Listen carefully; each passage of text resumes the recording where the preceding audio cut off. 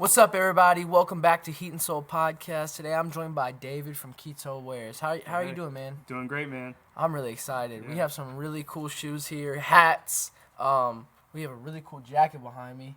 Yep. Super dope. But I'm ready to get into it. I'm really excited. Let's do it, man. But make sure to like, comment, and subscribe to our Yep. channel. Make sure to go follow them on social media at Kito Wares. Yep. And I want to thank you for having us out. Thank you, man. I appreciate it. All right, so let's get into it. Let's get into where did you first start at? Where did Kito Wares start? So we started, and to this day, are based in Bloomington, Indiana. And as of now, I have no plans to move it. So I think it's a great home for the brand. That's really dope. With your company, what's like the roots? Like what was your first startup? Like how'd you guys start it? So, what's funny about the story is it started with shoes, and now we're back to shoes. In 2017, me and my partners, we started with a design for a shoe. And this is a story about how in business, or doing whatever dream that you're pursuing, there's going to be hiccups along the road, right? The first shoe we ordered it. We had them coming from China. And, they got to LA and we're excited, right? And we're making all these plans, and then we get a email from the forwarding company that customs said the shoe looked too much like a Converse, and that we had to pay this huge amount that we could not have paid, or they were going to all be destroyed.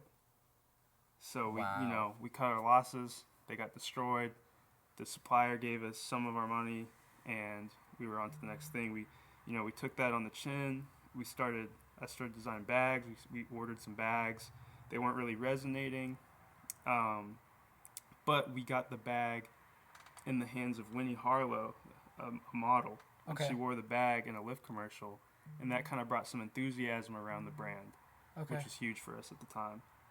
And then we made the Heat Sense bag. I don't know if you've seen that, but it reacts to colors. Okay. It changes colors with heat, and that was kind of our first big product that people really were, repping and putting out there for us. Now, the first big product that I saw from them were actually the Passion of the Christ. These were the first, and I actually have these on my feet right now. I'm wearing them. But this was the first thing. I saw it at a sneaker event, actually. Yeah. And these are super dope. This is probably one of my favorite shoes that you guys have designed, just because it was the first thing I saw of you. So it's like anytime somebody says, "Oh, Kito Wares," it's the first thing that I envision of you guys, and I think that's a lot. I mean, these are super cool shoes. What do you? How did this shoe come about to be? So the design approach for that shoe was, I think, and I also think I put the design together right when COVID started, right when the lockdown happened. Okay. I think I was in my room, kind of focused on just, trying to double down on designing sneakers, bags, all this stuff. And the idea was to take, every element of a Nike sneaker that's branded, the back of the heel, the tongue, behind the tongue, the side of the shoe, every part like that, and replace these, Nike logos and branding elements with religious elements and, imagery related to Christ, because the Nike shoe, those things and those elements we put them in a shelf at the top of our closet or in a clear case, and we have a shrine built around it. So the worshiping of the Nike shoe is something that you could compare to a religion. And I see what you're saying. Drawing that connection, I think some people saw that point, some people didn't, but I think it resonated with a lot of people in a certain way that made it impactful. Okay. Yeah, I mean, that's super dope, because I've never thought of it that way. Yeah. Because some people do. I've just put shoes up. There's some shoes I won't even touch. Right. Because they mean, what I mean? They mean something. Yeah. And you put them on a shelf or you put them in a case, and you're like, man, I don't want to touch these. But I never thought about that. Yeah. The way you explaining it, I've never thought of it that way. And the thing that I kind of wanted to do with the shoe is because the point is almost like any object can be an element of worship or praise or even just elevating something, right? Okay. Because something's on a shoe, some people might say, oh, you're walking on that. But if you hold Nike to the highest regard and you would wear a Nike shoe, what's wrong about wearing this? It's just a continuation of what you believe in, you know? Yeah, I mean, that's super dope. Yeah. This is a great shoe to wear at Easter time. Yeah. Too, because Yeah. it's called the Passion It's of the Christ. expression. Yeah, Yeah. I mean, it's Yeah. just expression of your faith. Yeah, exactly. And I really, but the way you explain it, like putting it on a shelf, I never thought Yeah. of something that way before. Yeah. So I mean, that's super dope. The Jags, Yeah. these. Now people might think when they I'm gonna grab here. You want the black? Yeah. Thank you. Now, when people see these, you might think it's a light material. Yeah. These are heavy, but they're not. It's not a bad heavy. Yeah. They're not flimsy. Yeah. These are gonna stay together for a very long time. They're Like not a gonna. fossil. I mean, Yeah. these are super dope shoes. How did these come to be? So, I remember it was like, I want to say it was maybe March or April 2021 that I started designing these. And the first version had like a strap, you know, things like that, but I ended up taking that off. And, you know, I thought like the idea of biomimicry is very cool, like how natural shapes can be turned into, you know, different objects that we might like wear or use, like a shoe or a bag or a backpack. And I think that the jaguar skull or head, Like you can even see it in the shoe. You can see the head in the shoe. It lends itself very well to a shoe. So I was like, okay, like, you know, the front part wraps the feet, and then the back part kind of forms here and makes like The heel. yeah. And it seemed very like, you know, natural, and I thought that was a cool flip on that. So Yeah. I started doing different versions, and then we wanted to make it in the U.S. So that was like a whole journey in itself. Yeah. Talk about that a little bit. Yeah. So what we did, with injection molding shoes, you got to make a mold. Okay. Once you have the design, you make a mold for every size, every foot. Okay. Left, right, you know, 6, 7, 8, and so on. And we made the mold, flew it into LA at this factory, LA Apparel, and it was basically a machine that was broken down. So we did a factory visit, because I met them in Vegas at a convention and liked their t-shirts, so we did a Okay. factory visit in LA. And I saw they had the machine that makes these shoes, these types of shoes. And I said, hey, do you guys use that? And they said, you know, we haven't in forever, but you can talk to this guy, George. So I talked to George, and he's like, you know, he's an older guy. He's a shoe legend, actually. Okay. And he said, if you can make the mold that'll fit the machine, then we can make the shoe. So I bring the mold there. So And I was kind of surprised. And he was like, oh, I didn't expect the mold to show up, right? So we get the mold on there, and we start like fixing up the machine, and then we start making the shoes. Now, will these eventually, once you wear them enough, is it like a croc almost, like where it will mold to your foot, like it'll? Definitely.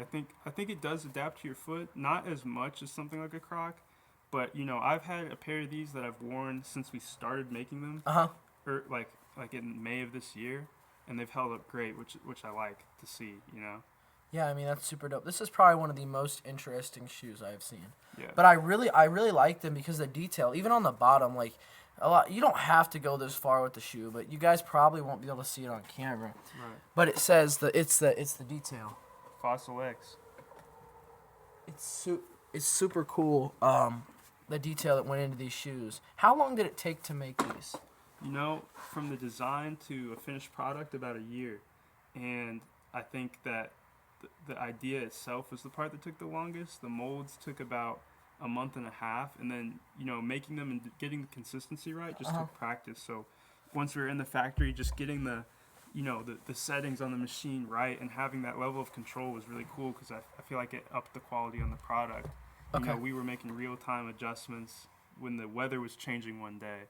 Now we got to run the machine slightly cooler to get the same result, and just learning that stuff Trial is and error. incredible. It's Yeah. literally trial and The error. trial and error of it. Especially with these shoes, because they're gonna have to fit to. I mean, shoes, they're gonna have to fit to somebody's feet. So No, exactly. getting the right sizing, getting the right, Yep. the For sure. width, math. I mean, you're Yeah. using a lot of math. Yeah. This was like definitely like it's like an engineering project, because before we even made the molds, you 3D print, you know, tests to make sure they're gonna fit right, the foot length is right, the width is right. You have different people try them on because everyone's foot's different, you know, and that's a complicated part about it, but very satisfied with the result. Now, when you started designing, like when you first, before you envisioned this, Mm-hmm. like, did you ever think, hey, I would have a shoe that looks like this? Did you ever have that vision in your head when you were creating shoes, like when you were dipping Air Forces or anything like that? You know, I definitely always, you know, ever since I was about 13 years old, this is where I wanted to end up, and I knew that from then. And it's the trial and error, and you have the bumps in the road of like, you know, this seems like the moment to make it, or maybe it's not. Uh-huh. I've experienced that along the way, but I've always had that dream to navigate me. So, you know, I kind of did think so. Yeah, I mean, that's super cool, because who would ever think, man, I have a really successful brand now. I mean, it's super cool because a lot of people don't get there. I mean, it's the truth. But these are super cool. This is probably one of my favorite things you guys have. Thank you, man. Yeah. Appreciate that. But your hats as well, and I want to come back to the Passion of the Christ dunks, because I want to come back to those as well. Yeah. But let's go to your hats. How did this become a design? Because this, a lot of people are like, oh, it's a hat, and the stitching, right? Yeah. But the inside. Yeah, the print underneath. That is on the brim. Super dope. So talk about your hat. Talk about the stitching as well. So this hat, the Crown of Thorns fitted hat, you know, I always liked fitted, so, you know, I thought it would be cool to put.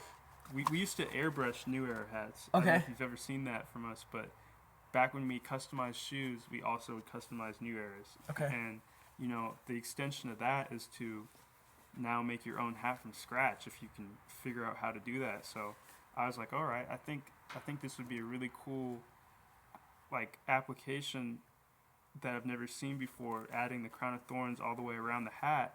You know, because I'm an ideas person first. I'll think of something. Think like, outside the box. Yeah, I like to think, you know, okay, let's make this shoe like this. Okay.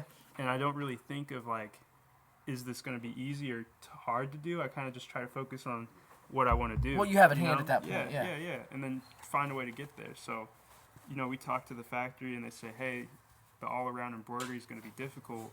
So what we ended up doing was embroidering each panel, and then when it's assembled together, they finish the stitching so it looks like it's going all the way around. Okay. And that's how we did that. And then the inside, I mean, this is super cool. This is very creative. I haven't seen anything like this on a hat ever before. So talk about this. How did this come to? So, I was wanting to pack as much detail into this hat as I could, and I thought that would be the Last Supper would be a cool image, because the way that the composition of the painting, it's not necessarily vertical. It's more horizontal as a painting. So it's perfect for something like a brim. It's perfect to fit. Yeah. It makes sense, you know, and like you can kind of look at it from either way direction, or someone wearing it tilted. Like a skater, how skaters wear their hats on top. Yeah. So it's like the perfect image that makes sense also with the hat itself. I mean, this is a super dope, and there's 3 colors. Yep. As well. So you have Atlanta colorway. You got the wheat and the black. That would go perfect with the wheat dunks. Definitely. Or your guys' shoes too. Definitely. Any of their stuff.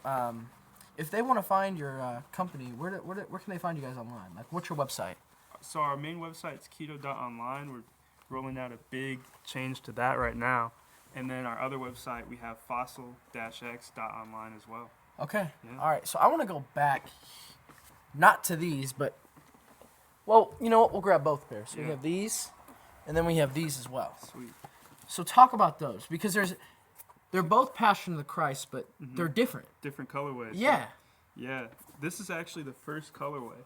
The original design was in this colorway, and, you know, that was designed in spring. The reason we did that colorway first was because we were about to drop them around, you know, Christmas and winter. Originally, we were going to do Easter first. That looks Christmas. More like, because this is more of a wintry shoe. That's the Christmas. Yeah. Exactly. And we're actually working on a new rendition, a purple one, for Easter sometime soon. Like purple and what other color? Purple and cream. Okay. Yeah, it might sound crazy, but I think it looks pretty cool. It's like got that aged sole effect. Oh, so okay. It's gonna be tough, Okay. And the purple's gonna be like a velvet feel. Okay. Yeah. Oh wow. Okay. Yeah. Some details going into these. Yeah. Exactly, man. But probably like my favorite part of the shoe on both is probably the crown of thorns, like the thorns going around the shoe. Definitely. And then the Jesus picture, that's amazing. Yeah. How did that come to be? Was that hand drawn? Or was it print? What happened? Talk to us about that. This is actually sourced from. I love to source from the very popular paintings, as you can see on that fleece, as you can see on the hat. And we'll see the fleece here in a second. Yeah, I forget the title of the painting, but it's the the painting of the crucifixion, like the most iconic one, pretty much, because that is like the picture that people notice, or they know it's familiar with them, and it doesn't. It's made so it's like people don't question like what is that on the shoe, They know exactly what it is, like that, because obviously when people are walking, it can be kind of hard to tell. So it's like you got to make it easy for the eyes in that way, and then we've got the tag details. I know that's what I was going to talk about. The inside. Yeah. What is it? What does it say? It's actually a verse from Revelations. Okay. Yeah. Wow. Because normally Nike on that part they put the trademark and registration details. So I thought that's your trade. Yeah.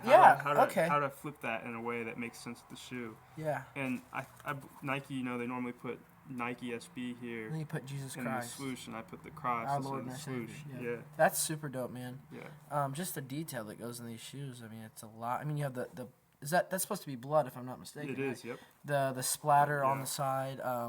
The laces as well. I like the laces on these. Some shoes come with laces, and I'm like, But these, I like these laces. I like a thinner lace on some shoes, but I also like a thicker lace as well. I can feel that. Yeah, but no, you beat me to it. The inside, the tag. No, these are super dope sneakers, and we can be expecting some new ones in a little bit. No, I'm excited. I am too. How long have those been cooking up for? How long have you had those? The purple? Yeah, how long have you had those in the works? I put the purple together maybe earlier this year, just, kind of like when I was cooking up some other ideas, I thought, oh, that would be a cool theme and a cool color that we haven't, because obviously I want to make sure each version of the shoe is distinct, and I try to keep it, separated so that this, shoe doesn't get oversaturated, to keep it, authentic for the people who really love the passion. Yeah. So the purple is like a good add-in. It's different.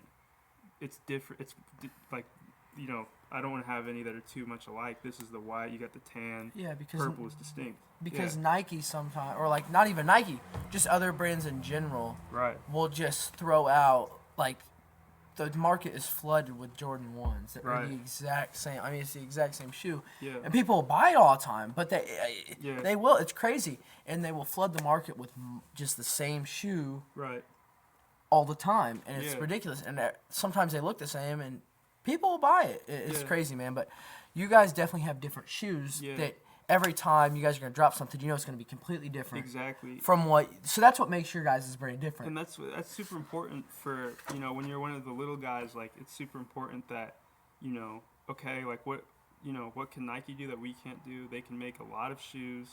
They can, they can make the same thing over and over. They can do these kinds of things. And it will sell. Yeah. What we got to do, and what people, you got to play to your strengths. What we have that Nike doesn't maybe is a way to go about artistic integrity and to keep things unique, and also to, really be close to our customer. Because Nike's too big to do that. So when you're one of the smaller guys, you get that privilege. Yeah, to be close. And then there's a niche. Yeah. A niche. And there's groups of people that like to be different. And Definitely. even talking about these, we'll get into these here in a second. Definitely. But there's a certain group of people for that, and it's continuing to grow larger and larger. Definitely.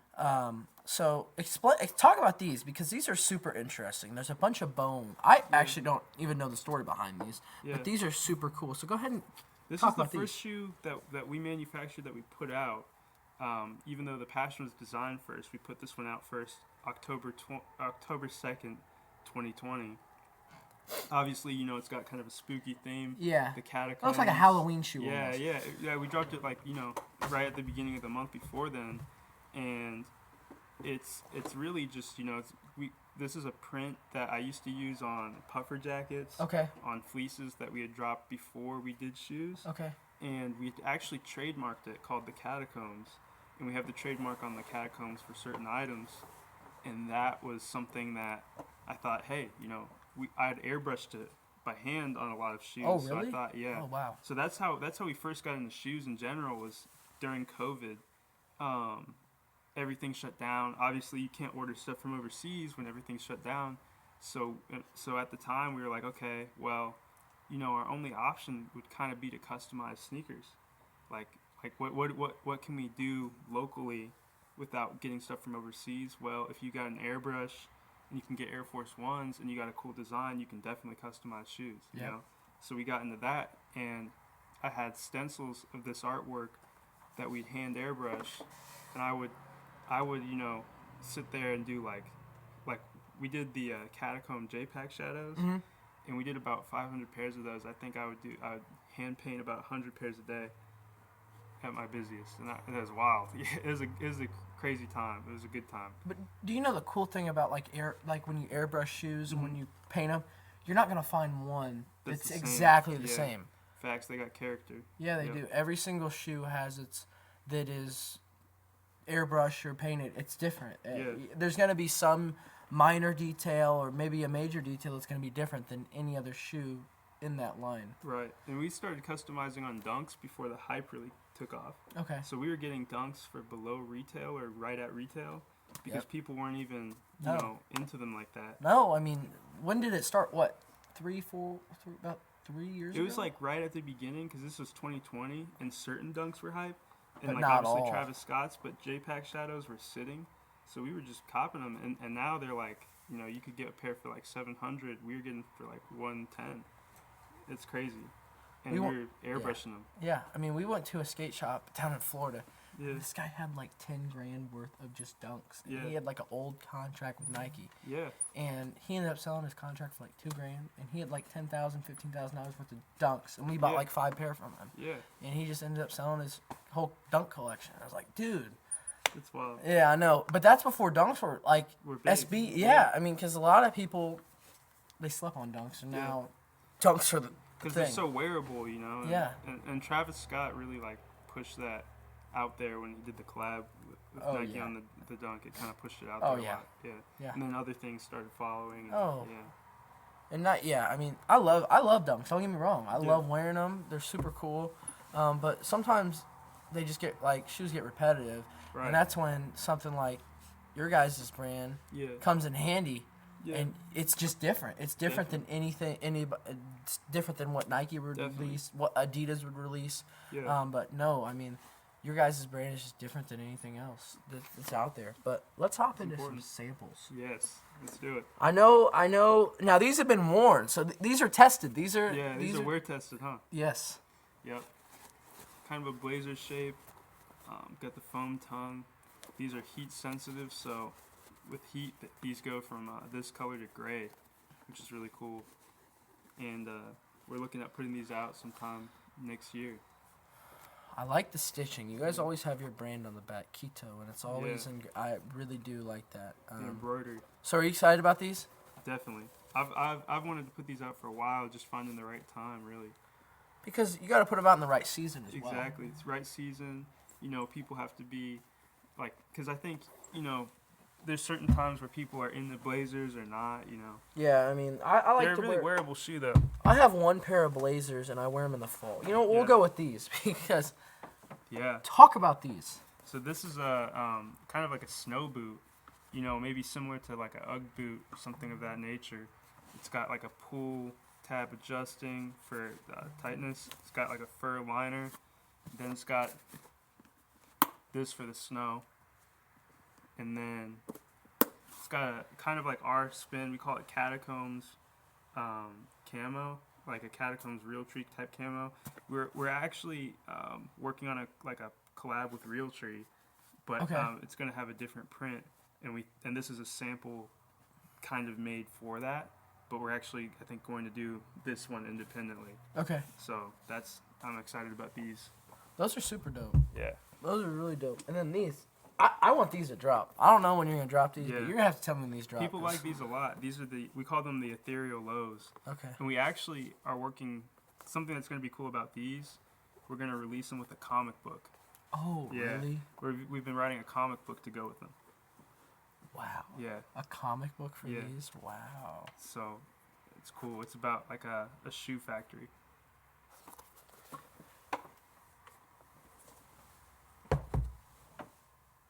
There you go. That's a good view right there, man. Yeah. And the one thing I like about them is they're real, like, they're simple, but they got that, like, that when touch. the light hits yeah, them. the finesse. Yeah, exactly. And so it's something you could wear every day, but at the same time they're Thank unique, you. you know. I mean, these are. I mean, we'll just go ahead and start throwing all these shoes up here. Yeah. But another thing right behind me, actually, this fleece. I called it a jacket in the beginning. I messed up. It took me a second. I had to remember. But Okay. this is reversible, actually. Yep. This is super dope. Wow. I mean, just now looking at it again, how did this come? I mean, you got the Kito patch, of course, right Definitely. here. And then let's flip it over to the other side. So what is this supposed to be? That's the eruption of Pompeii, that portrait. Okay. And basically, you know, as you can see, you have creation and destruction. So you have the portrait, the creation on one side and destruction on the other. Okay. It's like the direct contradiction. Oh, now he's laughing at me Yeah. behind the camera because I didn't know what it was. So Yeah. you know what? I'm in U.S. history right now. I think. That's sweet. But no, man, this is super dope. I want to show them the other side though. Yeah. And then we'll pull that up too. Oh yeah. That now, go ahead and explain while I'm fixing this So what that is. this is it's not in the best condition, but this is one of our old backpacks. It was a heat-reactive backpack. The straps broke off, but we made about 50 of these back in the day. They were slept on for sure, but I think they're really cool in their shape.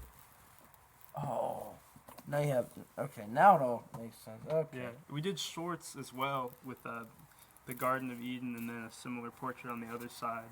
That was creation and destruction as well. I like reversible stuff because you get 2 for 1. Yeah. and it's Seriously. super cool. Yeah.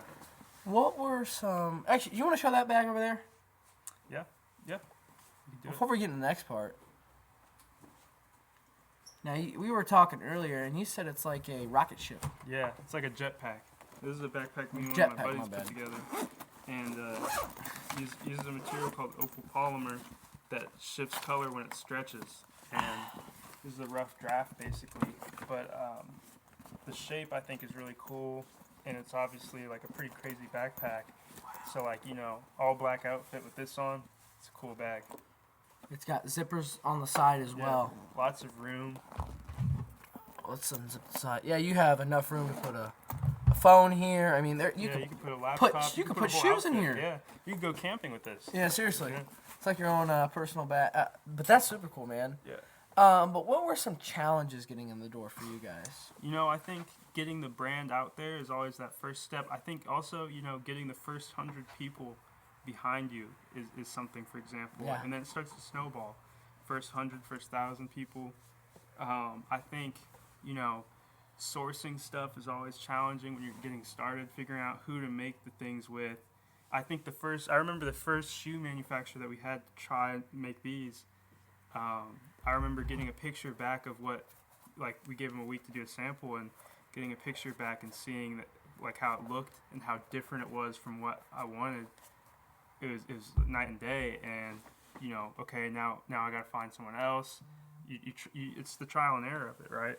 Yeah, I And mean, just keeping persistent with that kind of stuff is key. and then going through. I'm gonna take a break from the question. Their material is phenomenal. Their material is amazing. These are the material. I mean, the shoes that I'm wearing, I've worn 3 times, and normally my shoes will crease or whatever. I haven't had issues. I haven't had issues with these at Yeah. all. So Sweet. I mean, their material is very high quality material. But go ahead. My bad. I had to stop and say that. No, I appreciate that. But go ahead. Yeah, no, I mean, I think that kind of, you know, sourcing and getting things off the ground, getting people to know about the brand, what it means, and kind of cutting through the noise of all the other stuff out there is a big thing too. It's like, there's a lot of people with a lot of really good ideas, so it's a very competitive space. So you just got to find that place for your brand. As is with anything, you got to find that place for a YouTube channel or anything that you're doing. Yeah, where you fit in and where your brand, where people will. People got to feel your dream too. Yep. Because when you're not like one of those big companies, really like your vision and dream has to resonate just as much with the customers as it does with yourself. Yeah. Yeah. What are some of the best moments though?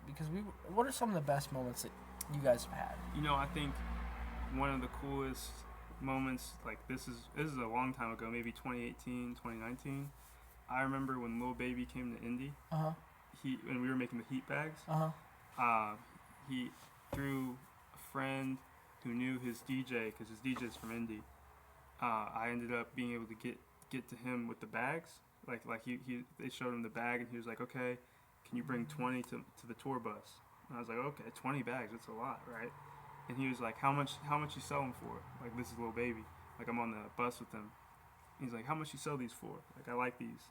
And I was like, oh, like we usually sell them for like $150. And like he's like, all right. And then he goes back to his room and he grabs his show money and he buys all the bags for me, takes a picture with me, and shouts us out on Instagram. And that was like a moment where I was like, wow. That was surreal. Yeah. That's super dope. Because yeah. I mean, and that's when he started to blow up too. Yeah, this is a tour right after he dropped Yes Indeed with Drake. Okay. Yeah, so he was on top at that time, and when someone like in that position is helping support what you're doing, it means the world, because at that time you're trying to get things off the ground, and someone like that helps push you forward. It means a lot. Yeah. Yeah, that's super dope. Yeah. I mean, that's an interesting story. Yeah, it was cool. I mean, so what'd you do tonight? Well, Little Baby's tour bus. Yeah. We sold some bags, and he shouted us out on Instagram. I mean, that's super cool, man. It was, yeah. And along the way we had people like, a lot of people have worn our stuff, and it's been cool. Like the Migos, they wore a lot of our stuff, which really helped us get it out there. Billie Eilish wore a hoodie of ours, and we had all kinds of people. Trippie Redd, we had who else is out there? OBJ wore one of the heat bags as well, and all that stuff really helped, push our thing out there, because people would see that and be like, okay, that's there's a lot of people repping. I want to get my part in this. Yeah, I want to. Yeah. It helps a lot. It's a snowball effect, as you were talking about. Everybody, yeah. Lil Uzi, he put some stuff on. We had some stuff with Young Thug, all these people. Okay, I mean that's super cool. Yeah. That's super dope. Going back, if you had to pick like your top 5 sneakers that Kito has done, what would be your favorite? Let's start with your favorite, and then we'll go to like your top 5. Well, or do you want to go there? Yeah. Let me do my favorite, and then that'll be number 1 out of the top 5. I think number 1 probably would be. Those are my favorite too. The original Passion. Those are my favorite. Just almost going off the memory of when we put it out there. Like, just that's something I'll always hold in my heart. You guys are going to see these on camera. Those are super cool. But going back, I mean, just the detail that went into those, man. Yeah, these are probably on my second, too. Yeah. We're probably going to go in the same order here. I think this is a good second. Like, there's a lot that went into this shoe, and just always, looking at it makes me happy, because I think of all the, work that went into it, and now it's something I can hold in my hand. People wear it. People, review it. They dip dye it, all these things. Like, being able to see that come to reality is a blessing. So. But it's a very reviewable shoe as well. Yeah. Yeah, those are dope too. I would say these probably would be my 3rd that we've put out, and I think. Do you think there's a reason for that? Do you think there's a reason for that? Why? Because they were the first ones you guys sold. Is that why? Why? Because they were the first ones you dropped. Yeah, definitely. Like I'll always remember that too. Like that was a life-changing moment that changed, the direction that we were going in terms of moving out of hand painting shoes and into, making our own shoes was a huge thing. Like that was always a dream of mine, to be able to construct a shoe from the bottom up, and having that proof of concept was a life-changing moment. So that's sentimental. These I'm very excited for. When these drop? Yeah, I want to wear those like in the winter myself. So these are sick. Exciting. So here, you can show these on camera too. Dad's behind the camera showing everything off. You got one more pair. But this is not everything they have. Yeah, this is not everything we have. We're going. This is just what's on the table now. We're going off of what's on the table. I would say I put these up there because I could see myself wearing these on the daily. It's just a daily shoe. You can wear them every day. Yeah. Slip them on. Those would go with almost everything. Exactly. But no, those are super dope. Yeah. There you go. I think we've already showed those on camera. We'll show them again because those look really good. We did a high top too. I just don't have it here with me, but it came out nice. You said they're probably in somebody's garage. Yeah, the high tops of those is we have a distributor in Italy we're working with, and they took those for the showroom. Really? Yeah. Out in, for Milan Fashion Week. Okay. Yeah. So let's start. What are you looking forward to, like in the future? What is Kito looking forward to in the future? We have some collabs on the way. Like we're working on a collab with Fubu that's super exciting, and that's a dream come true. Real Tree as well. That's a dream come true. I remember when I was 14 or 15, probably 14, I designed a Real Tree button-up shirt with a zipper that I thought would be cool. I've always had the idea, or wanted to do something where you take the Real Tree print and kind of turn it into something that's super fresh and boundary pushing, because people kind of have an idea of it not being cool maybe, but I want to push it in that direction. So. Okay. And Fubu, that's a legendary brand. They're like the original Supreme in my opinion. So being able to work with that brand is a dream come true. And then also just, we have a whole collection of footwear that's unreleased, bringing that to life as well as our apparel collection. I'm really excited. Super excited. I am too. I'm excited to wear it. Yeah. I'm excited to wear it when it comes out. You guys have to do some reviews. We will, most definitely. We just picked these up today. Yeah. These are tough. I really like these. And then we got those as well, sitting right there. Definitely. The Past Resurrection. Yeah. Those are super cool. Yeah. But no, man. Where can they find you guys? Website one more time. Kito.online or fossil-x.online, and our social media is Kito Wares on Instagram. Yeah, I mean, I'm really excited for the future of this brand. Make sure to follow them, check them out everywhere, and thank you again for letting us. Thank you. Heat and Soul Podcast. Make sure to like, comment, subscribe. Go follow them. We're out.